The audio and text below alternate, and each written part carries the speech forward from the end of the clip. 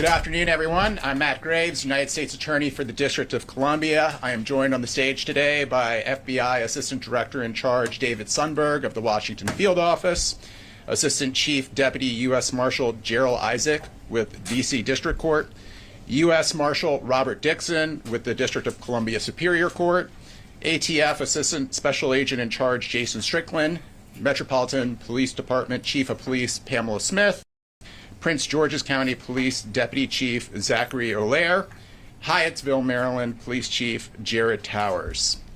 Today, we announce indictments in United States District Court and D.C. Superior Court that collectively charge a total of 10 teenagers with conspiracies to commit carjackings within the District of Columbia.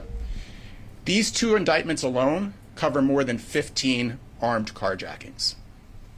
Specifically, our office has obtained a federal superseding indictment in United States District Court charging 3 teenagers with a criminal conspiracy linked to 13 carjackings, and an indictment in D.C. Superior Court charging 7 teenagers with 3 armed carjackings and other crimes. While these are separate conspiracies, our thorough investigation has found some overlap between these 2 alleged carjacking rings. In the case charged in federal court, a superseding indictment was unsealed on December 8, 2023, this past Friday. The lead defendant is Sade Hardy, who, in the original indictment, had been charged with 6 armed carjackings. He has been detained since first being arrested in connection with those charges on June 14th of this year. The superseding indictment charges him with an additional 5 armed carjackings, including a carjacking in which he allegedly shot one of his intended victims. In addition, he is charged with conspiring with Malik Norman and Landrell Jordan III to carjack vehicles for the purpose of either selling the vehicles or using them in furtherance of other crimes. Norman is charged with orchestrating 4 of these carjackings, and Landrell Jordan is charged with directly participating in 2 of these carjackings. Landrell Jordan was arrested on November 28, 2023, and has been ordered detained pending trial. Norman was arrested on December 8, 2023, and is held pending a detention hearing that is scheduled to take place tomorrow. In total, the federal superseding indictment alleges that 13 vehicles were carjacked in connection with the conspiracy, and these defendants are collectively charged with 11 separate counts of carjacking. The other 2 carjackings occurred outside the district, and we have not identified to date a sufficient connection to the district for those carjackings to charge them here. Instead, we seek to hold them accountable by charging them as parts of the conspiracy. The indictment returned in Superior Court is the latest prosecutorial action stemming from the arrest of Jalen Jordan on May 17th of this year. At the time of his arrest, he was charged with 2 carjackings. Jalen Jordan was 17 at the time of these alleged carjackings. Our office used the authority granted to us under a D.C. law commonly referred to as Title 16 to charge Jordan as an adult. Our prosecutors and our law enforcement partners did not stop investigating simply because those charges had been filed.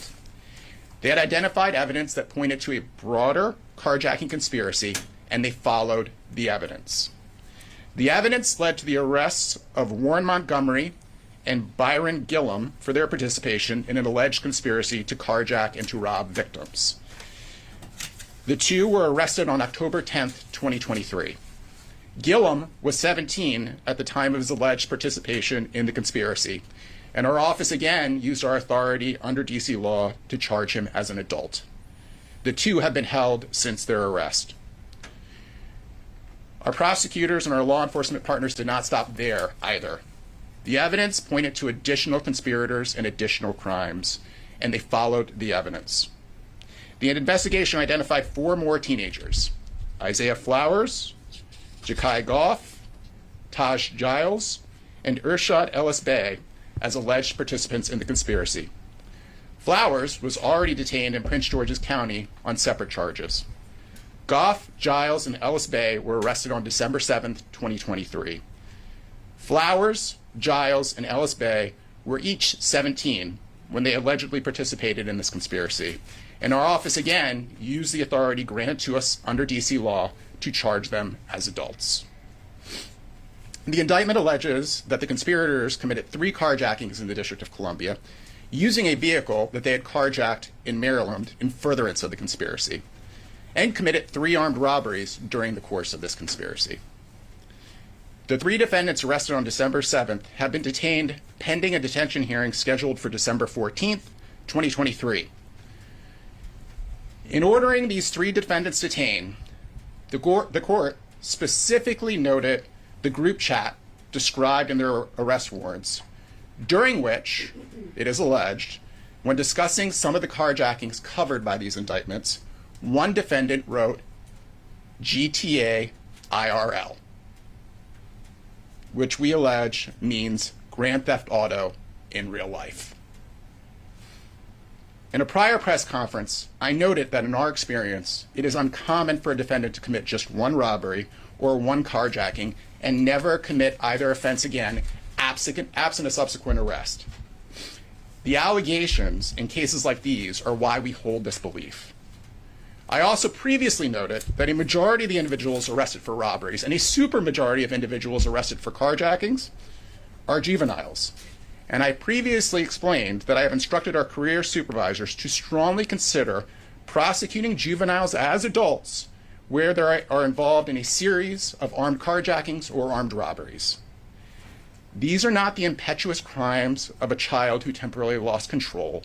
They are the calculated crime of someone willing to hold a gun to someone's head for life, for money or property. I would like to speak directly to the teens, and they are primarily teens, that are fueling the crisis that we are seeing. Whoever is telling you that these carjacked vehicles are free cars, that there won't be consequences if you're caught, that you won't get caught if you're wearing a mask, is lying to you. We will track you down and aggressively pursue the charges that fit the crime in our continuing effort to make the community safe, including charging juveniles as adults and bringing federal offenses and federal charges where appropriate.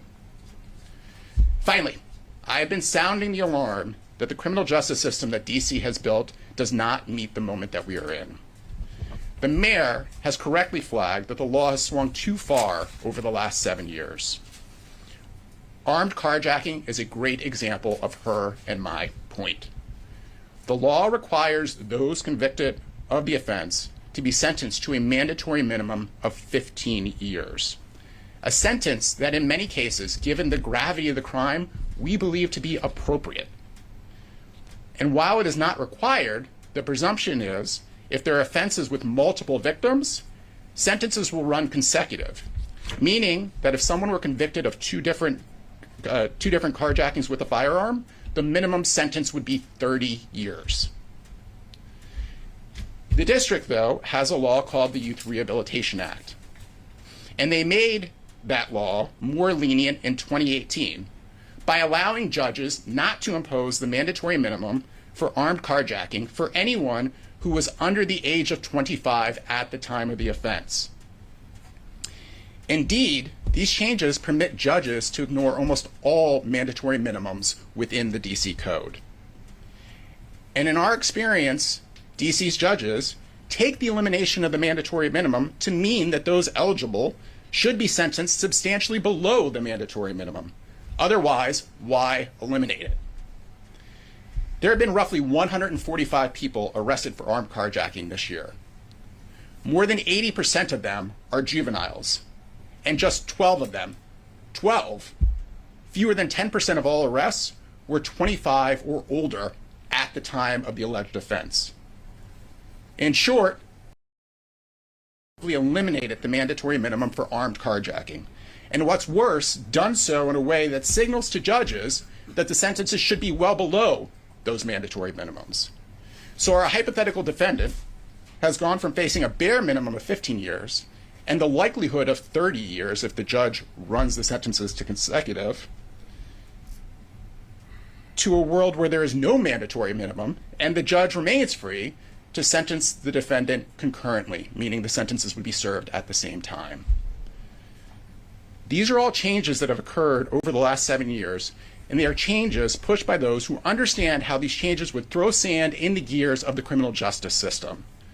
These changes have effectively eliminated any prosecutorial objective in securing convictions on lead counts that carry mandatory minimums when the defendant is 24 or younger at the time of the offense. We could require all these defendants to plead to every armed car trial if they refuse, but the result would be the same. The mandatory minimum would not apply. I have often seen references to situations like this, prosecutors foregoing charges that require mandatory minimums. Prosecutors have not given up on these charges or mandatory minimums. DC's system has. We operate in the system the district has created, and we are incredibly appreciative that so many of our elected leaders have recognized that the system needs to change. We've been working closely with the mayor and Councilmember Pinto on many of the most serious challenges we are seeing in the criminal justice system, and are optimistic that we will see legislative changes in the near future. I want to close by thanking those who made these law enforcement actions possible. We are incredibly grateful to our law enforcement partners who worked tirelessly in connection with the indictments announced today. The Metropolitan Police Department, the FBI, the ATF, the United States Marshal Service, and the Secret Service, along with our local law enforcement partners in the Prince George's County, Montgomery County, and Hyattsville, Maryland police departments. And of course, I would like to thank our career prosecutors who worked tirelessly on these investigations. It's now my pleasure to welcome to the podium Assistant Director Sundberg. Thank you, U.S. Attorney Graves. Good afternoon. I'm David Sundberg, Assistant Director in charge of the FBI's Washington Field Office. Truly appreciate the opportunity to be here today with U.S. Attorney Graves, Chief Smith, and our other local and federal partners to talk about our joint efforts to combat the proliferation of armed carjacking taking place in D.C. and the Maryland suburbs. The superseding indictment of Sadeh Hardy and his co-conspirators, Landrell Jordan and Malik Norman, which we are announcing today, targets those responsible for an astonishing number of carjackings that are terrorizing our neighborhoods. Largest federal carjacking indictment in D.C. this year. Sadeh Hardy is also tied to the defendants in the Major Superior Court indictment, which is being announced today as well. During their alleged crimes, Sadeh Hardy, and in some cases his co-conspirators, ruthlessly targeted vulnerable victims and threatened their lives at gunpoint unless they handed over their cars and other personal property. The carjackers showed no mercy or remorse to the victims, who included a dentist on her way to work, a mother buckling her children into her vehicle in front of an elementary school, an elderly couple pulling into the driveway of their own home, a food delivery driver making his last delivery of the evening, and a rideshare driver who we believe didn't understand Hardy's commands and tried to push him out of his vehicle. Hardy's then alleged to have shot the driver in the forearm and abdomen, seriously injuring him. It didn't matter what day, what time of day, or what neighborhood Hardy and his co-conspirators were in when they sought out their targets of opportunity. Many of the carjackings occurred in broad daylight and included an attempted carjacking on Christmas Day and a carjacking on New Year's Day. They took place in multiple neighborhoods in D.C. and in Prince George's County and Montgomery County, Maryland. The victims of these carjackings were regular people, just going about their daily lives when Hardy and his associates inflicted these violent acts upon them. These subjects today are in custody where they can no longer terrify our communities, and we and our partners will work relentlessly to hold them accountable for the crimes they have allegedly committed. The cooperation and collaboration between the FBI and local law enforcement in this case has been phenomenal. I want to commend the joint work of the FBI Washington Field Task Force and the Metropolitan Police Department, including its carjacking task force, in which we each have personnel embedded. Together, we and all of the law enforcement partners you see here have conducted extensive analysis of digital evidence in support of the charges against these individuals who have been a menace to our city and the surrounding communities. These task forces are also working to determine the connections of additional associates to the carjackers in today's announcements, as well as other criminals who are engaging in carjacking. As always, we urge the public to be aware of your surroundings and to report carjackings, attempted carjackings, or suspicious activity to law enforcement. We take carjacking very seriously and are working closely with our partners to protect our communities and deter future incidents. Our message to would-be carjackers is that the crime you are committing is a federal offense with significant penalties. And even if you are not the one who brandished a gun or got behind the wheel of a carjacked vehicle, you can still be charged with carjacking for conspiring with someone who did. Make no mistake, no matter what their role in an armed carjacking, the FBI and our partners will not hesitate to use every one of our authorities to bring justice to the perpetrators of these abhorrent crimes. Thank you.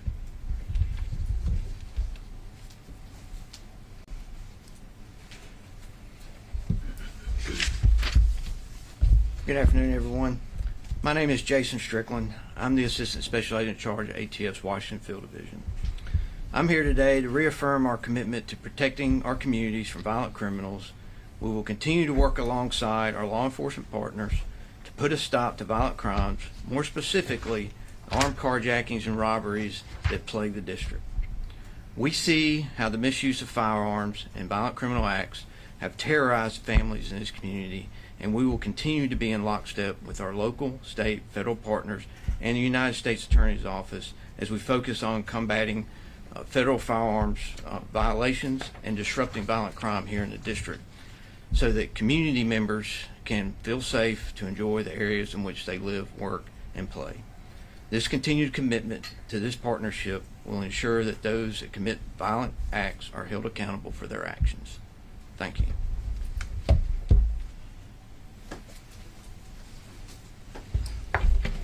Good afternoon. Thank you, U.S. Attorney Graves, for having us here today. I'm Chief of Police Pamela Smith of the Metropolitan Police Department here in Washington, D.C. I want to express my gratitude to the MPD detectives and investigators who put tireless work into this case, along with all the law enforcement professionals who played a role in bringing us all here today. This case is an example of what can be accomplished with great police work and collaboration by our detectives, our community partners, and working alongside our local, state, and federal law enforcement partners. These are also the types of cases that our professional law enforcement partners are investigating daily to bring these serious cases to closure. Last week, we announced our partners for the upcoming launch of the MPD's Real-Time Crime Center. The Real-Time Crime Center will allow us to expand our real-time collaboration, networking, and partnership with the regional agencies to assist us with cases like we're announcing today. I've shared many times that I'm very passionate about youth and young people, and I've spent a lot of time working with and mentoring young people across the U.S. and all regions in which I've worked in. I'm actually one of their biggest advocates.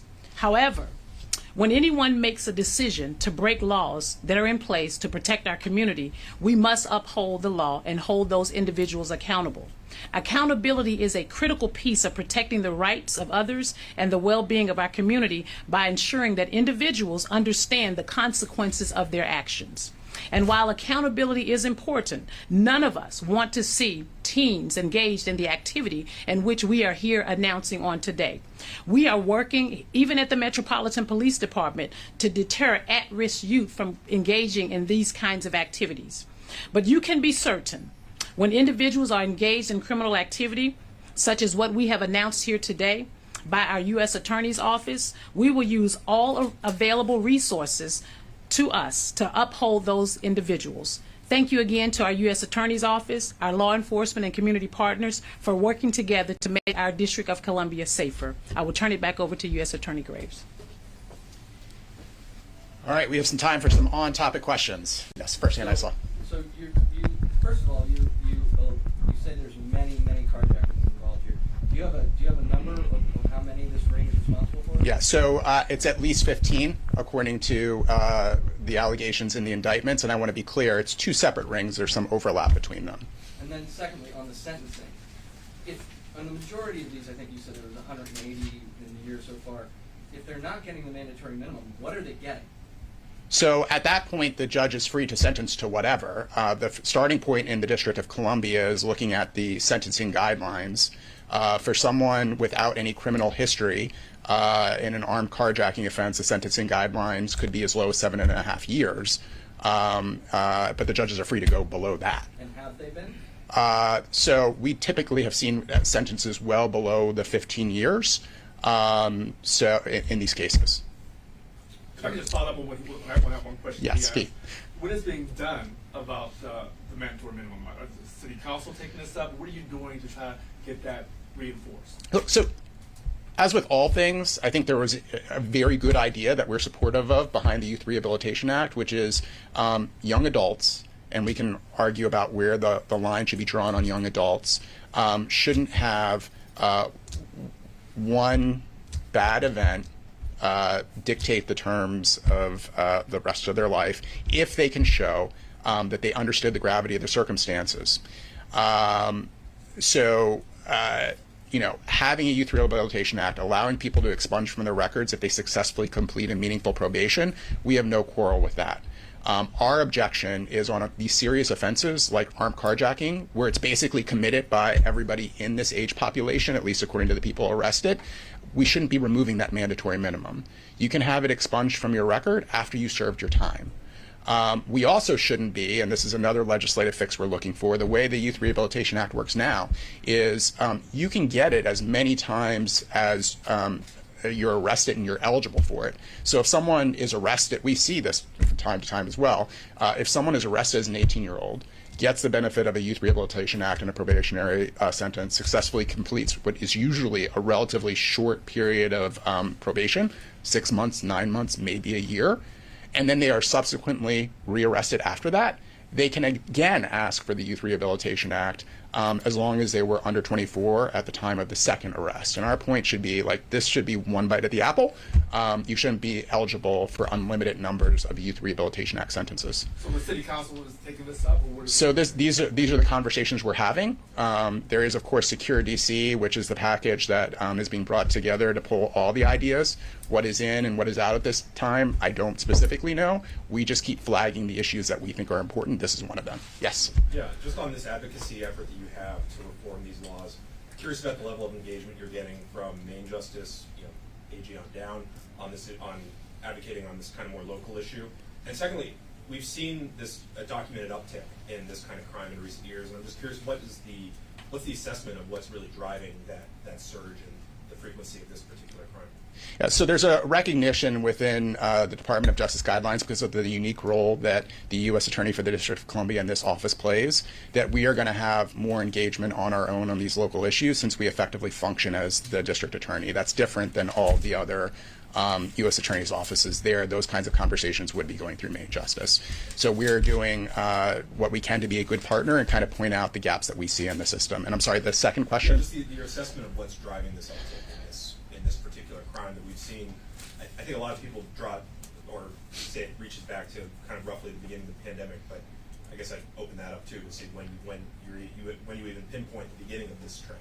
Yeah, so I mean, I think in 2020, and whether that ties to the pandemic or something else, or multiple things, we saw an uptick in the number of illegal firearms. We started seeing a big uptick in the number of illegal firearms we were recovering, and then violent crimes, which had been at historic lows in this area, but only specific violent crimes, carjacking at the time, and shootings. And then this year, we also saw armed robberies kind of join that trend. So the root cause is illegal possession of firearms, whether that ties to events that occurred in 2020 or the advent of privately manufactured firearms, or the ability to resell legally purchased firearms in other jurisdictions illegally on the black market. Who knows? It's probably a combination of all of those things. Yes. Are all of the juveniles in this case being charged as adults? You mentioned several of them separately, but are they all? Yes. So everybody who was under 18 at the time of the offense has been charged as an adult. So in the Superior Court prosecution, that's 5 of the 7 charged teenagers were under 18 at the time of the offense. The 3 defendants in district court were all 18 or older at the time of the alleged events. And then, were any of the cars actually sold? Yeah, so that. And I'm wondering, to that, have you gone after any of the people who bought the cars? And are you charging any of the people, should people who buy stolen cars be leery of this, of themselves getting in trouble? Yeah, so the indictments reference sales that occurred.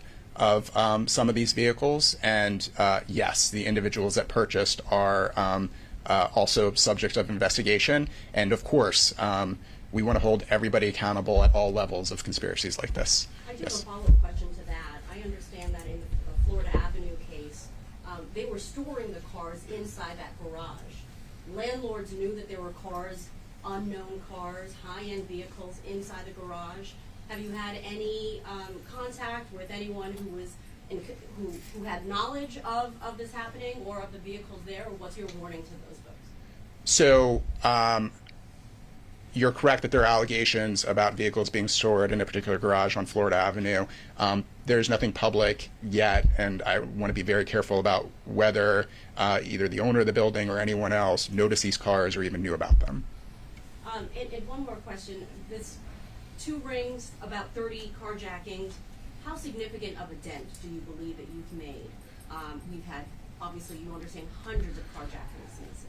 Yeah, so I want to be careful. It's more than 15 carjackings collectively, not 30, that we've charged so far. We will continue to investigate, and there are further investigative avenues available to us in connection with both these investigations. The 30 in the 2 rings? No, combined?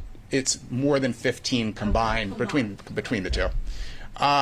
So this is the point I make and the caution I give anyone when they look at the number of carjackings we have versus the number of people who have been arrested, and they say it's just such a small fraction. We keep saying, though, that in our experience,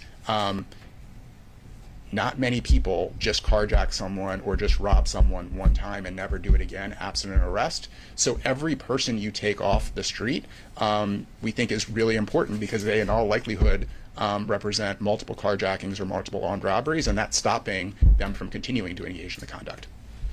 Yes. When teens and young people are given sentences under the Youth Rehabilitation Act, and they're given, a lighter sentence, several months, few years, is there any kind of special programming that they have to follow as they're sentenced under this Youth Rehabilitation Act, or is it just a short sentence and you're on your way? So it's not required by the law. The judges can, of course, impose whatever conditions of or supervised release they think are appropriate, but there's no specific requirements for programming. Do you think that that would help going forward, making that a requirement? So I would prefer that the mandatory minimums for most serious cases stay in place and that people only have the benefit of this program one time, because again, you have no greater incentive than you do when you're under a probationary sentence for a Youth Rehabilitation Act than to comply than at that moment in time, right? If you comply, then the arrest completely comes off of your record, or the conviction completely comes off your record, and you can move to have the arrest expunged. If you're not going to comply with probation under those circumstances, what circumstance are you going to comply with probation?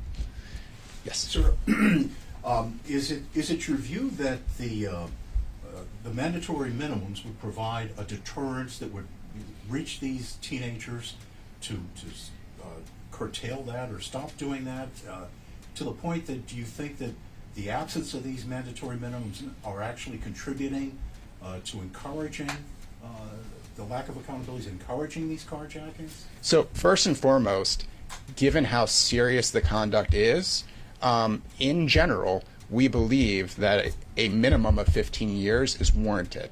And that's why we're pushing so hard on this point. To your point about deterrence, one of the things we want to flag, because we hear this from the teens that are fueling this belief that this isn't that big of a deal.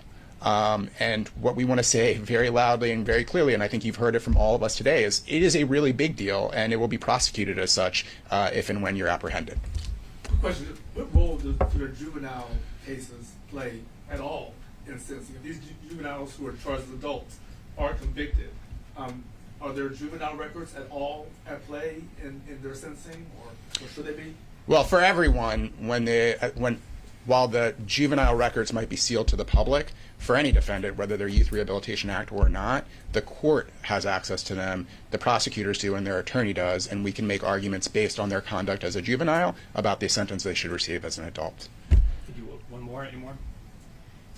I would just like your thoughts on the Grand Theft Auto in real life. What does that say to you? So, I mean, that shows the level of calculation that I was talking about before. This wasn't an impetuous crime. You fully know what you're doing.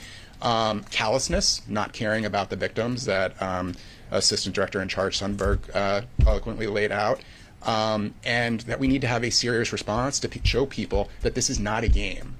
This is the real world, and there will be real world consequences. Thank you.